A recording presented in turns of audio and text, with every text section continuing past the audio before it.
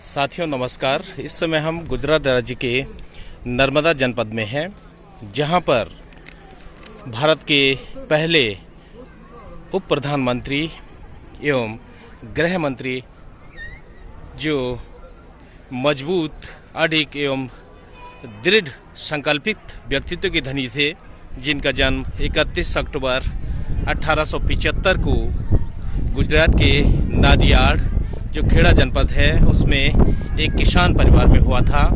उनके स्मारक पर खड़े हैं। उन्हें विभिन्न उपाधियां प्रदान की गई थी। सरदार की उपाधि उन्हें प्रदान की गई थी। वो बारदौली सत्याग्रह में 1928 में, जब बारादौली क्षेत्र में अकाल पड़ा था और उस अकाल के कारण वहाँ के किसान कर देने में सक्षम नहीं थे और उन पर जो बम्बई प्रेसिडेंसी है उनके द्वारा अत्यधिक कर बढ़ा दिए गए थे।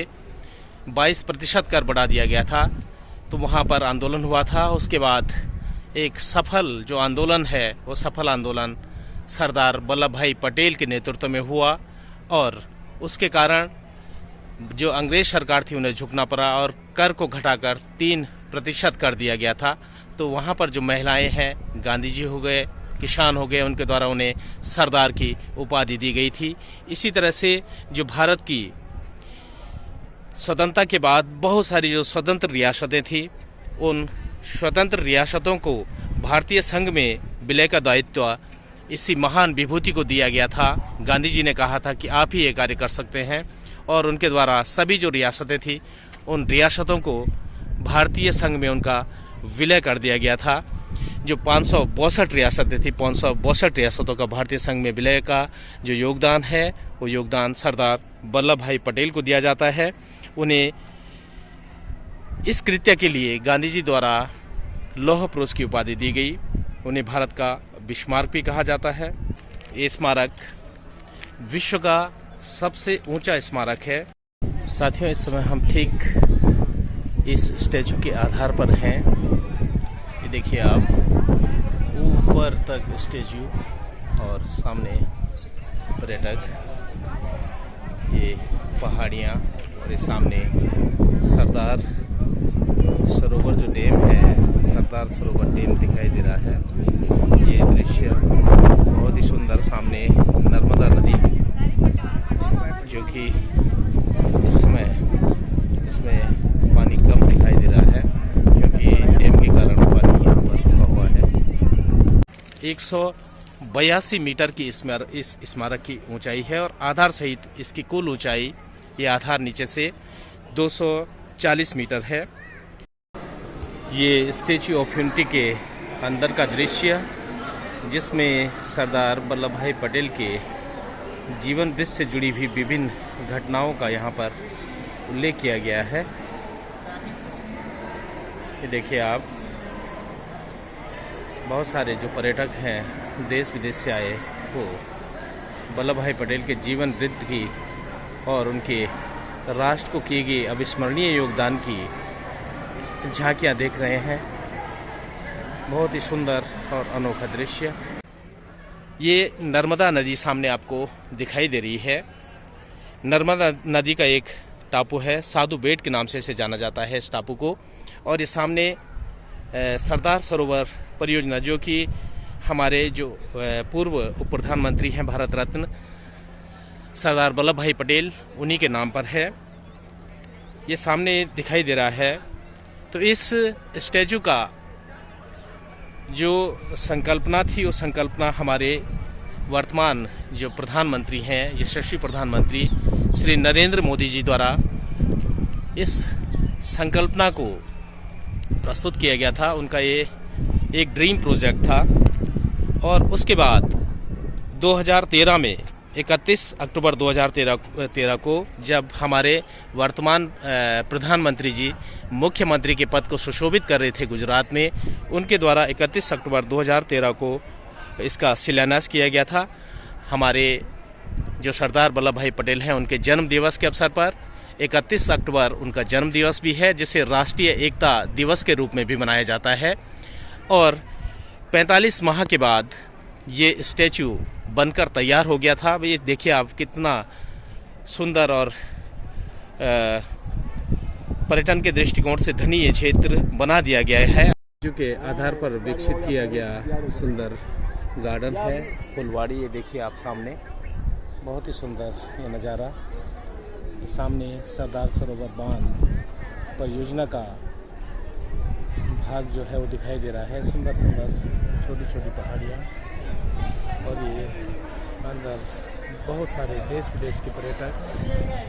पहले यहाँ पर मात्र जंगल था, आदिवासी क्षेत्र था ये, और अब ये बहुत ही सुंदर और आत्मनिर्भरता की ओर, पर्यटन के कारण यहाँ के लोग आत्मनिर्भरता की ओर आगे बढ़ रहे हैं। तो इसकी जो संकल्पना है इस स्टैचू की, कि किस तरह का जो डिजाइन बनेगा, वो डिजाइन राम सुतार जो पद्म पुरस्कार से सम्मानित हैं, बहुत सारी मूर्तियों को उन्होंने गांधी जी की और सरदार पटेल जी की भी मूर्तियों को उन्होंने पहले डिजाइन किया है, उनके द्वारा ये बनाया गया है डिजाइन। इसमें इस्पात, सांचे और परवलित जो कंक्रीट है उसका इस्तेमाल किया गया है। विश्व की, मैंने बता दिया है, सबसे ऊंची ये मूर्ति है। इसका उद्घाटन अक्टूबर 31, 2018 को हमारे जो वर्तमान प्रधानमंत्री जी हैं उनके द्वारा किया गया। अब आप देखिए जो ये स्मारक है, इस स्मारक में जो नीचे आपको दिखाई दे रहा होगा फुलवाड़ी भी विकसित की गई हैं, और विश्व के जो 7 महाद्वीप हैं, 7 महाद्वीपों की जो वनस्पतियां हैं, उन वनस्पतियों का इस क्षेत्र में उपयोग किया गया है। इस ढांचे को निर्मित करने में 70,000 टन सीमेंट, 25,000 टन स्टील और 12,000 टन कॉपर का इस्तेमाल किया गया है। और मूर्ति के आधार के लिए 129 टन से अधिक स्क्रैप लोहे का उपयोग किया गया है। ये वो लोहा है जो पूरे भारतवर्ष से किसानों से जमा किया गया था, और उस लोहे का उपयोग यहाँ पर हुआ है। स्टैचू का जो वजन है वो 1700 टन है। इसके ऊपर तक जाने के लिए लिफ्ट की व्यवस्थाएं हैं। ये प्रतिमा के ऊपर जाने के लिए लिफ्ट की व्यवस्था की गई है। ये देखिए, 30 सेकंड में लिफ्ट 26 लोगों को टॉप पर ले जा सकती है। टॉप से आशय यह है कि 135 मीटर की ऊंचाई पर हम लोग भी गए थे अभी। इस समय हम इस प्रतिमा के 135 मीटर की ऊंचाई पर हैं। लिफ्ट के द्वारा यहाँ तक हम लोग पहुँचे हैं। हाई स्पीड लिफ्टें हैं। और ये देखिए, ये जो हथकी है उनकी, सरदार वल्लभ भाई पटेल की, वो दिखाई दे रही है। ये देखिए, बहुत ही सुंदर आकर्षक नज़ारा। जब ये मूर्ति का अनावरण हुआ तो 144वां उनका जन्मदिन था। इसके जो आर्किटेक्ट हैं मिखाइल ग्रेव्स हैं, अमेरिकी टीम डिज्नी की बिल्डिंग बनाने वाले, और साथ ही जो कुल लागत थी इस परियोजना की वो 3000 करोड़ थी, लेकिन 2,989 करोड़ में लार्सन एंड टर्बो नामक जो कंपनी है उसके द्वारा इसका टेंडर लिया गया। तो कुल मिला के अपनी जो मूल लागत है उससे कम में ये बनी है, और 45 माह में ये निर्मित हो गई थी। तो ये देखिए आप, मुख्य जो बातें हैं इस स्टैचू के बारे में आपको जानकारी दे दी गई है। अब आप देखिए, सबसे बड़ी विशेषता इसकी ये है कि ये मूर्ति 180 किलोमीटर प्रति घंटा की रफ्तार से चलने वाली हवाओं को भी झेल सकती है, और अगर भूकंप आता है तो 6.5 तीव्रता का भूकंप भी ये झेल सकती है। इसका जो आधार है, आप ये देख रहे होंगे सामने, ये नर्मदा नदी है, और ये बेसाल्ट जो आग्नेय चट्टानें हैं वो आग्नेय चट्टानें इसके आधार पर है, इसलिए इसका आधार भी बहुत मजबूत है। अब आप देखिए ये सुंदर नज़ारा, चारों ओर ये हट बने हुए हैं छाया के लिए, और ये सामने नर्मदा नदी।